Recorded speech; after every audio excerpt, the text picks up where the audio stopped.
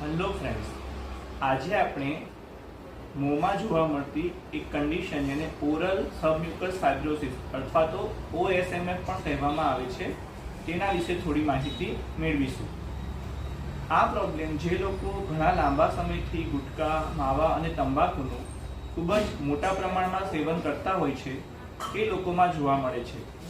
તેના મુખ્ય લક્ષણોમાં સૌપ્રથમ તેઓને તીખું ખાવામાં બળતરા થતી હોય છે. ગાલની જે અંદરની ચામડી હોય છે તેમાં એમને બર્નિંગ સેન્સેશન, ખૂબ જ તીખું એ લોકો ખાઈ શકતા નથી. એ લોકોને ફરિયાદ એવી હોય કે અમારા માટે ઘરમાં અલગથી ખોરાક બનાવવો પડે છે, બહુ તીખું અમે નોર્મલ પણ ખાઈ શકતા નથી.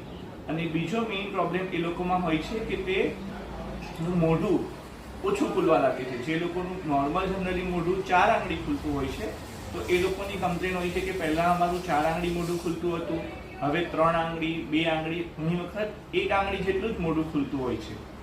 આ કન્ડિશનમાં પેશન્ટ પોતે પણ ગાલની અંદરની ચામડી પર જો ફીલ કરે તો રબરના બેન્ડ્સ ફીલ થઈ શકે છે. જે જનરલી નોર્મલ પેશન્ટમાં ગાલની અંદરની ચામડી મુલાયમ હોય છે, જે લોકોને OSMF ની કમ્પ્લેન હોય તે લોકોની ગાલની અંદરની ચામડીમાં ફાઇબર બેન્ડ જામી ગયા હોય છે.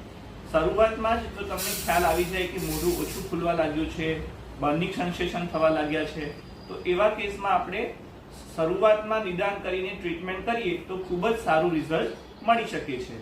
Thank you.